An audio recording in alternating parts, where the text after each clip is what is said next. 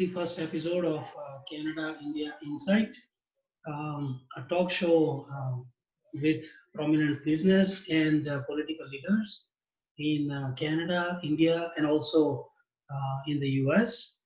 Canada India Insight is also a monthly publication, the first ever specialty publication focusing exclusively on Canada and India relations, published by Impact Media and Events Corporation, Brampton, Ontario, Canada based media and events company since 2002, and supported by Canada, India, USA Development Forum, a not for profit organization in Canada since 2010.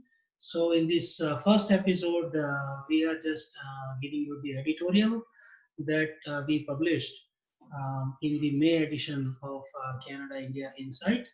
And from the second episode onwards next week, you can watch interviews, one-to-one interviews, debates, and panel discussions with the celebrities and personalities. So here we go, the editorial in the May edition of Canada India Insight. You can read the full publication at imec.bees, www.imec.bees. And after the episode is over, you can also subscribe to our YouTube channel and also write your comments, like, share. Let's make it a live interactive talk show. Okay, so it is the end of May, and May is what we hear everywhere. Offices may reopen soon, life may become more normal soon, the virus may abate soon, people may be able to go out and move out more freely soon. I hope all this May ends with May and we get some more certainty in our life and work. It is high time. Countries and provinces have started reopening again, even though the cases have also started going up again. It's a risk we have to take because not doing so will endanger a lot more lives and businesses. People need to treat this as if they are recovering from a serious illness. Yes, they have survived and now they want to run again, but first, we need to start walking slowly, recover fully before we can run again. Another good thing is that media have finally realized there is life beyond corona and have started talking about a few other things, which is a very welcome change. If there is no second wave, then rest assured, airwaves and newspaper pages will soon be filled with US election and Conservative Party leadership race in Canada, at least for the viewers in Canada. We have got both the front runners in the Conservative leadership race, Peter MacKay and Eric O'Toole, sharing their views on Canada-India relations and other issues in this edition of Canada-India Insight. Both are very critical of China, and if we take them on their word, a conservative government may behave very differently with China than the current Trudeau liberals. I mean, Canada's foreign minister, our foreign minister, Mr. Champagne, avoiding to even say the word Taiwan, even when they were helping us out with the medical supplies and all that. Give me a break, this is the reason why China feels emboldened to do what it did in Hong Kong last week, and how arrogantly it is insulting other countries that dare to even speak up.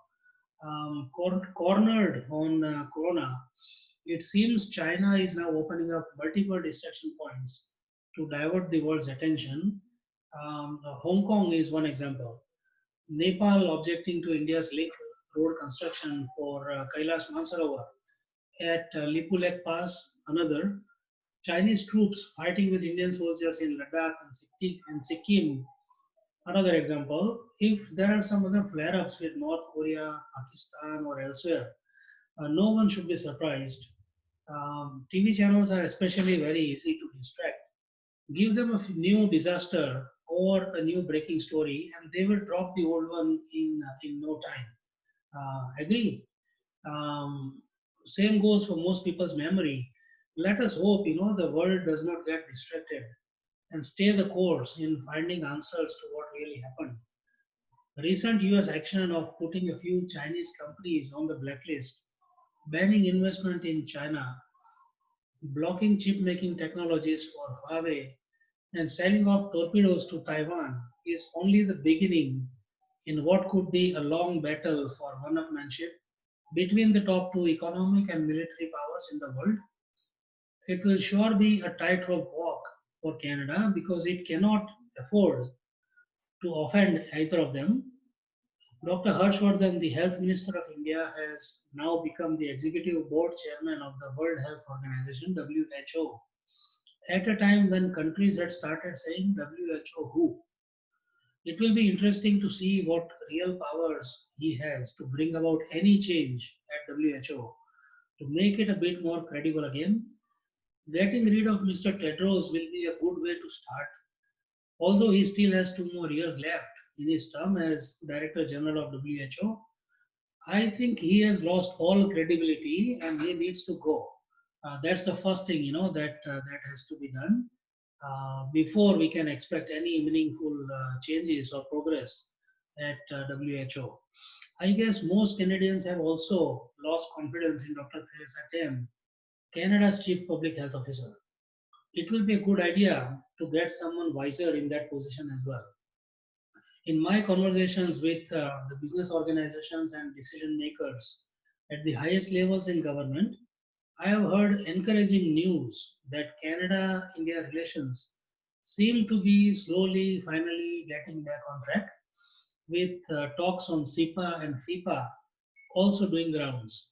As Erin O'Toole said, Canada India relations are much larger than the antics of any one leader. Um, Everybody knows what he's talking about. Without naming anyone, we certainly hope that is the case and antics are replaced by pragmatism and reality. At the same time, it is disheartening to note that our efforts to reach out to several cabinet ministers in the Trudeau government for this publication have not been very successful, except one, Mr. Badish Chagar, sending out confusing signals of this government's vision.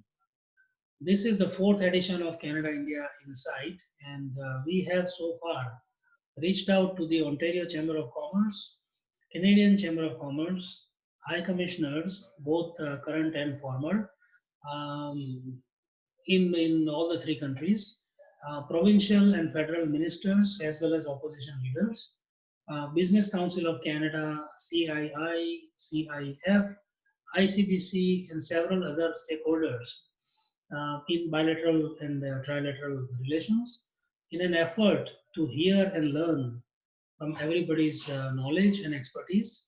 We urge the business leaders to support this publication as well as the talk show so we can develop this into a more useful platform and a place for healthy dialogue and exchange of ideas.